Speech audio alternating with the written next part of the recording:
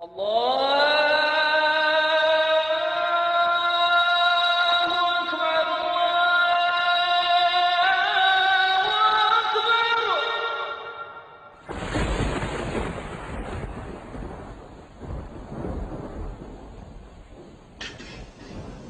Israel has a PhD in deception,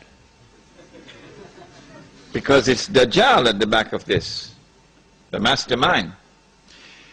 And Israel would not want to wage a big war and appear to the world naked, clearly, as an aggressor. No, that's not deception. Israel has to wage her big war and make it appear as though she was only defending herself. The only Muslim I know of who has had the capacity to be able to penetrate the deception that has been going on all these years, the only one I know of, was a man who never went to Al-Jazeera University. Now, he wasn't a Cheikh. His name was Malcolm X. He's the only man I know of who had that eyes wish to see and could clearly recognize the strategy and the deception. Read Malcolm X. How is Israel going to launch this big war and yet get away from being perceived by the whole of humanity as the aggressor, blatant aggression? You have to come with a good strategy. The strategy is this. Ariel Sharon goes into Masjid al-Aqsa with 1,000 Israeli military with him, with their shoes on, with the full knowledge that this calculated act of extreme provocation must have a response, a fiery response.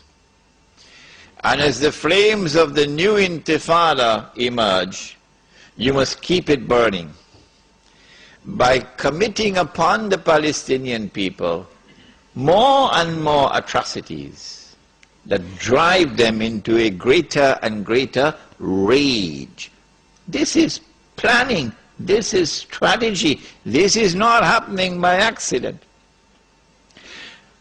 As Israel unleashes this barbaric oppression upon the Palestinian people, you must have a television station which you plant amongst them, which will cover this,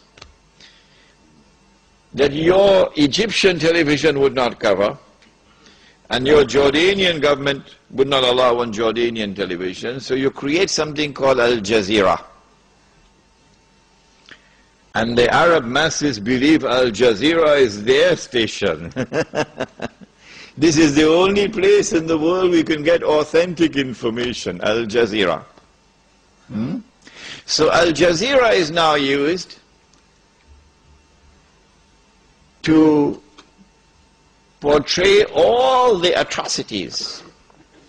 And so around the Arab world, the masses only have to tune into Al-Jazeera and they know what's happening. And so the Arab masses become more and more angry.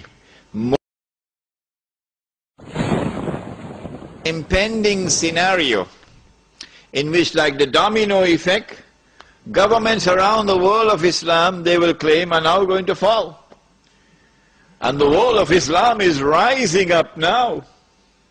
And one-eyed Muslims, of course, are going to believe it. The world of Islam is now going to rise up and all these governments are going to be swept away.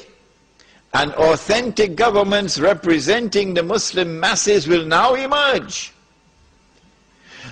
And therefore the Jews are going to have their throats cut. This is going to be the most dangerous moment in the entire life of the world of Jews. The media will portray it. If we don't do something, We will all be slaughtered by these Muslim fanatics. Yeah? I tell you, this will be drama worthy of Hollywood when it comes. Huh? They must be hating me now for revealing their secrets. It is in this scenario that Israel will say, we have to do something. If we just sit here and do nothing, the state of Israel will be destroyed and the Jews will all be slaughtered. What can we do? They call it a preemptive strike. A preemptive strike. But it won't be a preemptive strike. It will be the most dazzling display of the magnificent application of state-of-the-art military technology that will leave even Uncle Sam in the backyard.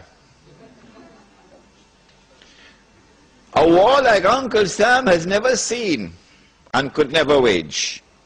That is what Israel is going to wage. Do they have the technology? I believe they have technology that even Uncle Sam doesn't have. It will be a lightning strike. Israel has to put on this magnificent display of military power and state-of-the-art technology beyond anything else that the world has ever known, in order for Israel to impress upon mankind the validity of its credentials that is now going to become the new ruling state in the world. Before Fahad could even blink, the Israelis have taken over the Saudi oil fields and the Iraqi and the Kuwaiti oil fields. The United States, of course, will make some noise, and Britain will make some noise, but will they send troops? No, of course not. The United Nations Security Council is now going to be used by the rest of the world, particularly Uncle Europe, and Uncle Japan, and the rest of the world. They will take the United Nations and seek to use the United Nations now to do something about this. Collective action to force Israel to withdraw. Because if Israel does not withdraw, Europe is going to be choked, and Japan is going to be choked. And as the United Nations is now being used for the first time in its history, an attempt is being made to use the United Nations